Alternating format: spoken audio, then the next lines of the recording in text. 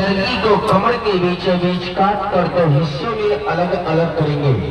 और चलिए भाई साहब टिकट यहाँ से मेला में बनी टिकट है।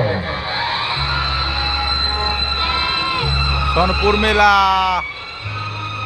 मेला आए हुए हैं हम सुबह सुबह।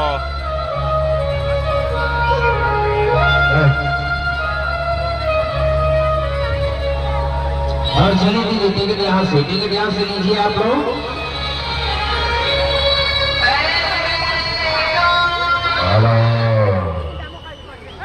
भाई इससे पहले दिखाते हैं रियल मैजिक, सच्चा जादू पेपर स्टेट।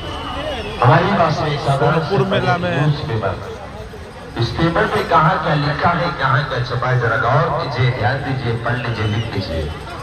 इस खेल को देखते समय 1 सेकंड के लिए अपनी पलकें झपकाइएगा। सोनपुर मेला में जैकेट